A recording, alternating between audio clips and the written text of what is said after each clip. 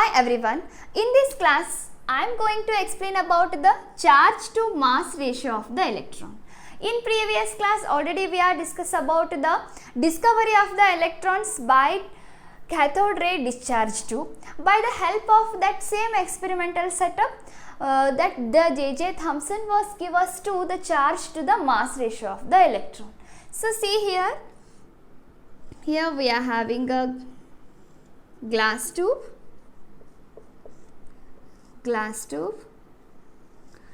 and we are connected these two electrodes to the battery.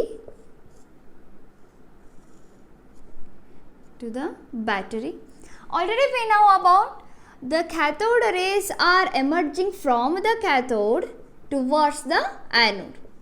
So this is a negative terminal and this is a positive terminal, that is a anode. Already you know that the rays comes towards the anode from the cathode, and he made a one simple adjustment here. He make a small hole here and put it the fluorescent material zinc sulfide plate here,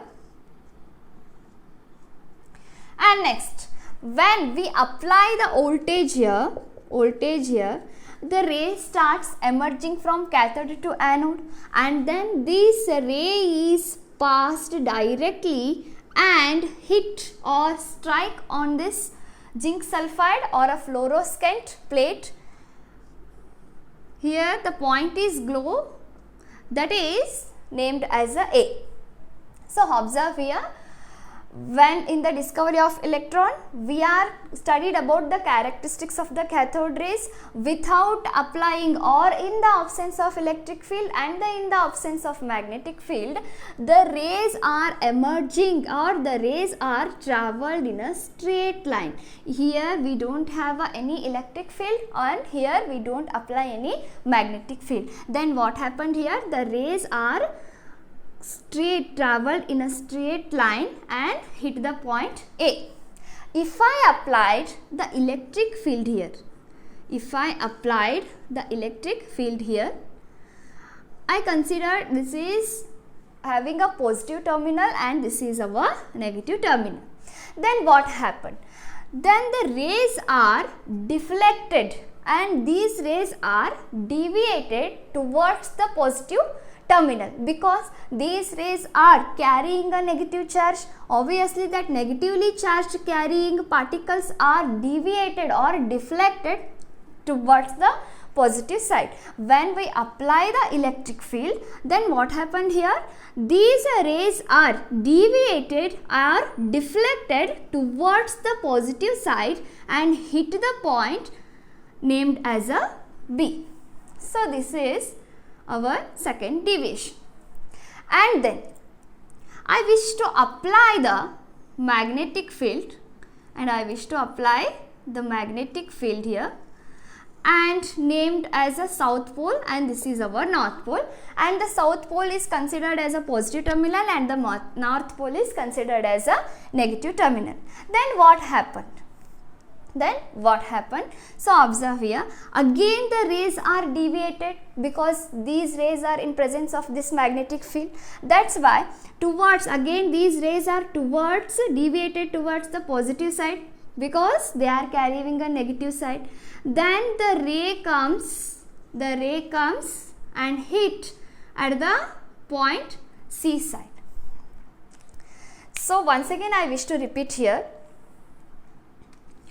without applying the magnetic field and electric field, the ray is straightly traveled and hit the point A. When I apply the electric field, then it deviated towards the positive terminal and hit the point B. And when I applied the magnetic field, then also the rays deviate towards the positive side and it will applied or hit the point C. And next, if I applied both magnetic field and both electric field together, Then what happens, see here also our positive terminal of the electric field is there, and here the positive terminal of the magnetic field is there. In bottom and top, two strong positive terminals are there. Then what happened? These rays are carrying a negatively charged, here also having a strong positive terminal, and here also having a positive terminal. That's why again these rays are not deviated at any points, just it goes a straight point, that is the point A. If I applied both electric field and magnetic field, then also the rays starts or strike on the point A. If I don't apply any magnetic field and any electric field, then also the cathode rays is not deviated and it goes a straight way and strike on the point A. So this is our experimental setup and some observation.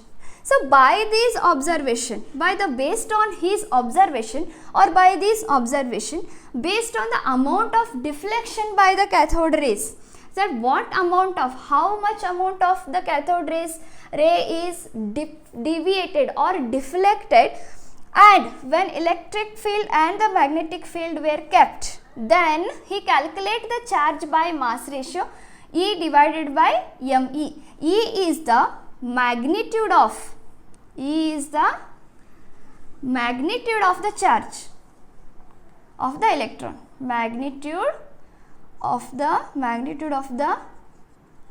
charge, and me is the mass of the charge, or mass of the electron, the mass of the electron. Then put by these values, he got a 1.75 into 10 raised to 11 coulomb per kg. So this is the charge by mass ratio. These observation and these values are depending upon that the amount of deflection was depend on three factors. Here just observe here, some amount of deviated takes place, deflections takes place, and this deflection and this deviation is depend on three factors. So what are that three factors here? The amount of deflection was greater when magnitude of charge was greater. If our magnitude of charge is greater, then obviously the deviation or the deflection is greater. And next see here, greater the strength of electric field and the greater the strength of magnetic field, then also the deflection also is greater. If our applying electric field is high, if our applying magnetic field is high, then the deflection or deviation is high.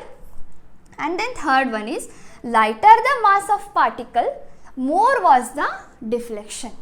If the particle is a very light, then we applied some electric field or a magnetic field, then obviously the lighter mass of the particles deviated in higher way. So these three factors are depend upon the amount of deflection, and by the amount of deflection we got the value of charge by mass ratio, that is about 1.75 into 10 raised to 11 coulomb per kg. You don't get worried about how this value come. This value comes, or you will learn more about in your higher classes. Just you remember and just you observe. 1.75 is the charge by mass ratio value of the electron.